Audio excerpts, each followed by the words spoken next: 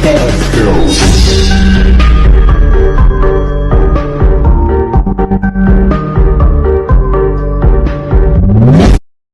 the channel. Today I have some exciting info for all of you regarding Season 2, including a returning Mythic skin, plus quite a lot of balance changes as well for Season 2, so definitely make sure to watch the full video. So let's start off with the returning Mythic skin. So quite a popular Mythic is returning in Season 2, and that is the Ak47 Radiance in the Ultraviolet Mythic drop. Now this draw will be returning from the 25th of February up until the 17th of March. So if you missed your first chance, well, mark your calendars because now you have a second one. So let me know if you're happy with this return or were you hoping for something else. And now let's move on to our next topic, which is balance changes. So let's start with a pretty small buff to the HBR. So they improved the ADS time by 5 milliseconds, which is a very tiny change. Plus, they decreased the initial recoil, which is pretty nice.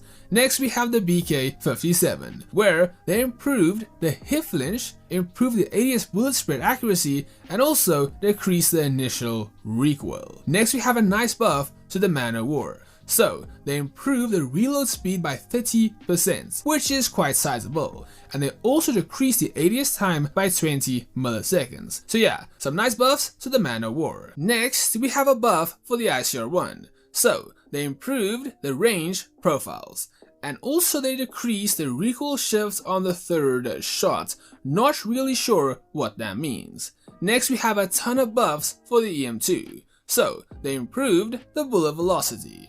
Also, the reload time was decreased, and the third damage range was improved by 5, but only for BR. For the range of barrel, they decreased the bullet velocity boost by 20%, and then they made quite a few buffs as well, being they decreased the ADS time penalty by 5%, and also decreased the ADS movement speed penalty by 5% as well. For the 40 round extended mag, they decreased the ADS time penalty by 3%.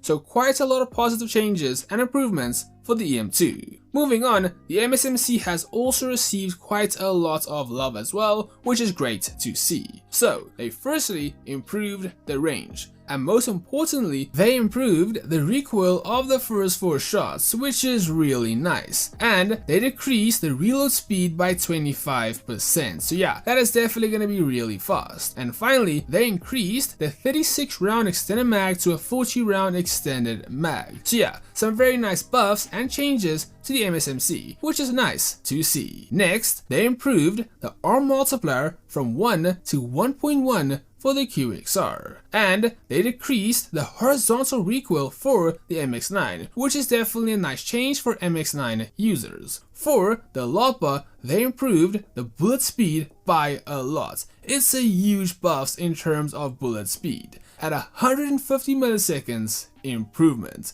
They also improved the first range by 2 meters and the second by 1 meter. Next, we have the Dingo, where they improved the range by 3 meters on the first range and by 2 meters on the second range. They also improved the third damage profile by 3, but that is only for BR. And they also fixed the mobility bug in BR as well for the Dingo. For the Echo, they increased the pellets per shot from 8 to 9. It's definitely going to be interesting to see how much of a positive change that makes to the Echo. Next, we have some changes to the 545 AK ammo. So they fixed the issue of wrong damage values being displayed in BR, which you can see over here. And the third damage profile was also improved by 1 in MP. So no significant changes for the AK in Season 2. Next, we have a nerf for the M16's Wildfire perk. So they added a 15% flinch penalty, and they adjusted the recoil as well. We don't know if it's going to be positive or the opposite. We're going to have to wait and see. Next, we have some nerfs for the Krig 6. So they increased the ADS time by 10 milliseconds, and then for the extended mag A, they added a 1% mobility penalty. Plus, for the large extended mag B, they added a 3% movement penalty as well. Next, we have the Jak-12, which was nerfed yet again. Firstly, a pretty big hipfire nerf, plus they decreased the first, third, and fourth damage profile by 1. For the CBR, it was also nerfed. Firstly, the reload time was increased. Plus, for the YKM light stock, they decreased the ADS movement speed boost as well. Moving on, the DLQ signature attachment has already been nerfed, but only in BR. So they decreased the bullet velocity by 30% and the effect duration was reduced by 0.3 seconds. Next, they fixed an issue in which the ADS movement speed bonus wasn't listed correctly for the YKM light stock on all weapons. Next, the cryo bomb's range was improved from 4 meters to 4.5 meters. They also improved the duration of the Shadow Blade by 10 seconds. Next, they improved the damage of the sticky nade from 160 to 180. That is definitely going to be used a lot in Season 2. Next, the C4 was nerfed, so they decreased the minimum damage from 60 to 50. They also decreased the maximum damage from 200 to 180. Moving on, the Ballista M2 was also finally nerfed, so the duration was reduced by 10 seconds, and the capacity was reduced to 2 shots. The community is definitely going to be really happy about this nerf. The Igniter class energy consumption was also increased from 5%, 5% to 15% and 10% in BR. Next, we have quite a lot of buffs to the Mythic class. So HP recovery was improved, armor recovery was also improved, and the range profile was also improved.